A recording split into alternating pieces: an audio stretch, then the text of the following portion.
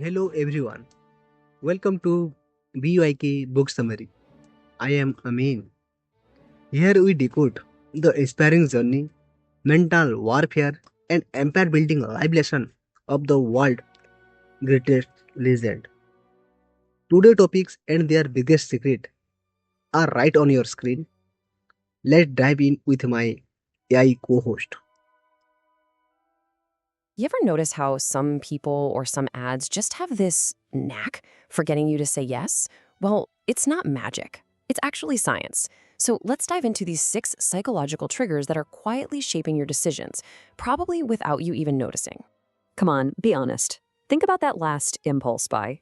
You know, that subscription you signed up for on a whim, that time you agreed to do something and like a minute later you're wondering, wait, why did I do that? We have all been there holding a shopping bag and just thinking, how on earth did that just happen? And here's the kicker. That decision, it might not have been as free as you think. Chances are you were responding to a super powerful psychological trigger, one of these weapons of influence that was perfectly aimed to guide you right to that choice. So let's pull back the curtain on them. All right, first up is one of the oldest, most powerful rules in human society: reciprocity.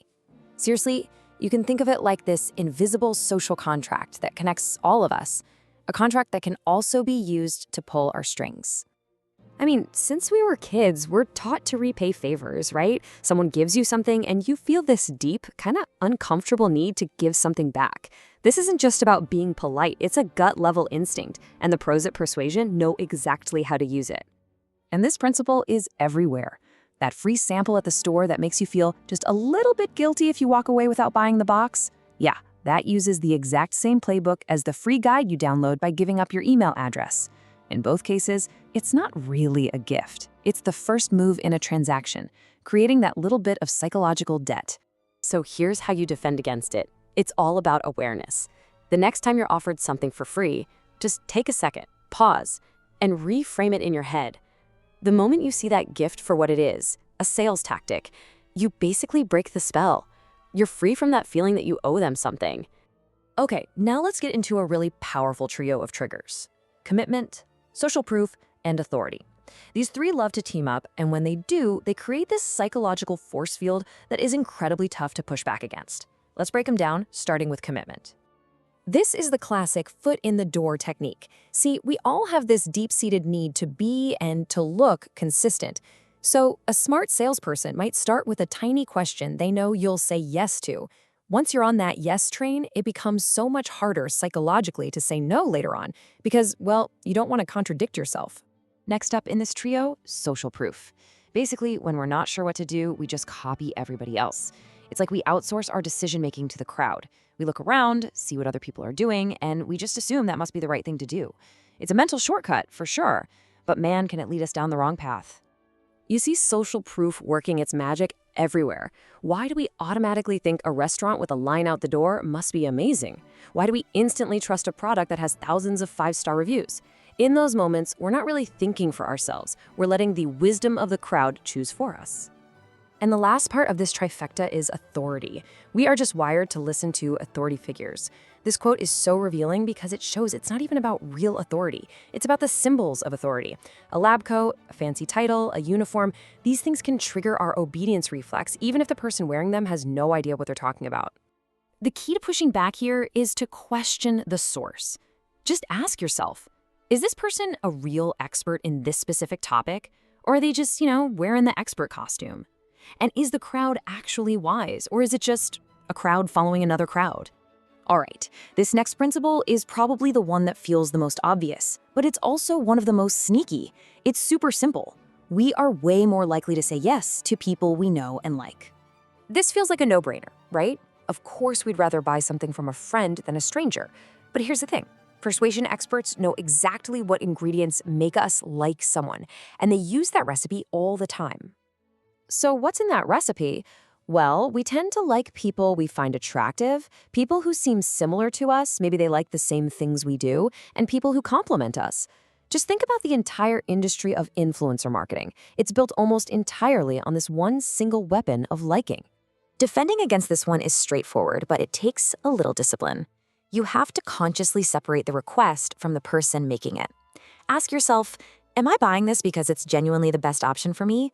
Or because I really like this friendly person who just told me they also love my favorite team? And now for the final weapon. This is the one that completely hijacks our brain's logic centers and dials up the panic. It's the incredibly powerful principle of scarcity. Here's the psychology behind it.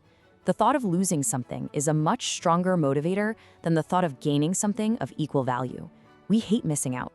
So, when an opportunity seems rare or limited, our brain screams that it must be more valuable, and we get this frantic urge to grab it before it's gone.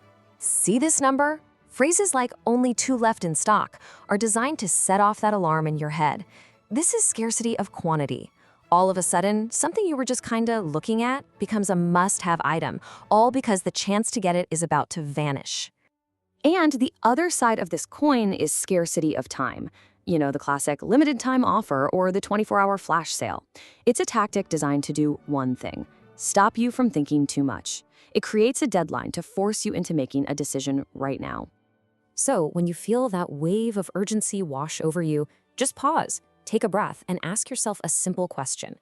Is this thing actually rare, like a one-of-a-kind piece of art? Or is this a mass-produced product with a totally fake sense of scarcity slapped on it just to make me buy it faster? Okay, we've gone through all 6 weapons. We've seen how they work, how to spot them in the wild.